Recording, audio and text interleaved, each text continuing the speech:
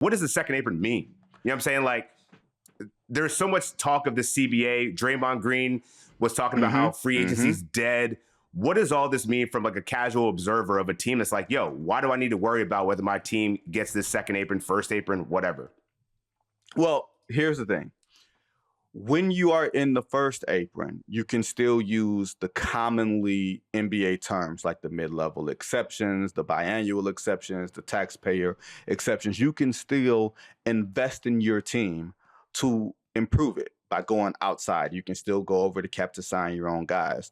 That's the first apron. Important. That's the first sort of threshold. Teams kind of want to stay away from that because you can wind up getting hard capped if you wind up using too many of those mechanisms. But the problem is when you get into the second apron, and the second apron is once you pass a certain threshold of salary, whether no matter how you get there, even if you draft extremely well and you sign your own guys and whatever it is, if you wind up in the second apron, you cannot, what the biggest thing is, you can't sign guys who wind up getting bought out by their teams.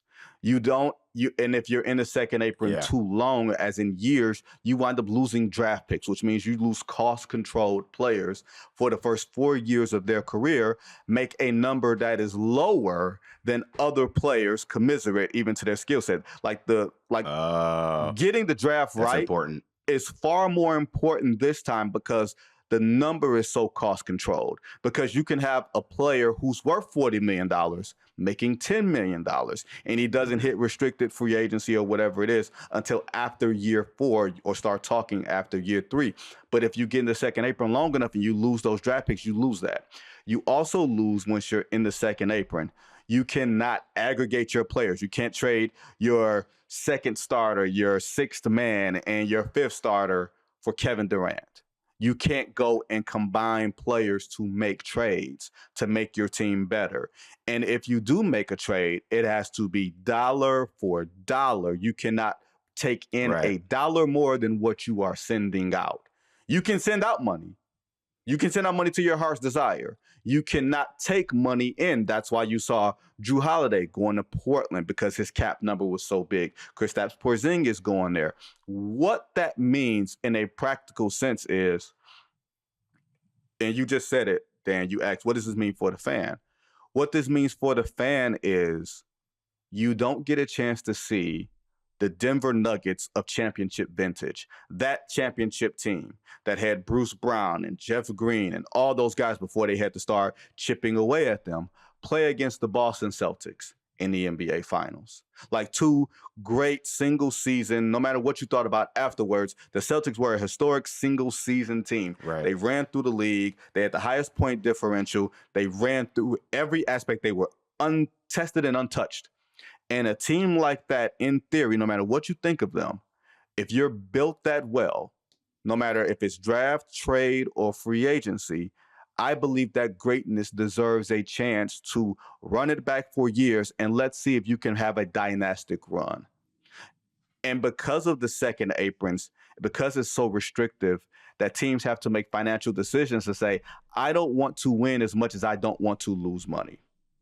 So I have to trade this. And as a league, as people covering the league, we don't get a chance to have that build, right? The build of, man, Denver won it last year, Boston won it this year. Let's see if they, as fully Voltron teams, can stay together and play like Lakers Celtics and have a 3-year run. We can figure out who the best team is, because the league is bent on redistributing talent across the board so that the bad teams don't stay bad as long, the great teams don't stay great as long, and it's a little bit more of a more random NBA playoff year after year. Does that make sense? That does make sense. And it seems to be working because we haven't had a repeat champion in a very long time. And look at Oklahoma City Thunder, Indiana Pacers. So, yeah, this is a really interesting. It just seems like the numbers that are being thrown around here, you know, when you look at SGA's contract, you know, going to be making upwards of $70 million by the end of this contract, unless he, you know, signs another extension. It's just hard to wrap your, like, as a fan looking at the numbers, I'm like, how can they afford to keep all these guys? But I think that I would say the model for success right now probably is the Oklahoma City Thunder, right? Like, they have the the combination of star power, draft capital, and I would say front office savantness, or some kind of front office knowledge of how to manage the books in a way that you're only going to be facing first apron problems, not second apron problems. Yeah, you don't want to get in the second apron, because once you're in the second apron, you are screwed. Like 3 teams were in the second apron this year. And when I tell you the 3 teams, you're like, of course, those 3 teams were in the second apron. The Phoenix Suns, who had 3 guys on big boy maxes, Book, KD, Brad Beal, which is why they're trying to get off of Brad Beal. They've been trying to get off Brad Beal from the moment they got him, right? Minnesota, who's had Rudy Gobert, big boy max. They traded Karl Towns because he was on a big boy max and brought in Julius Randle.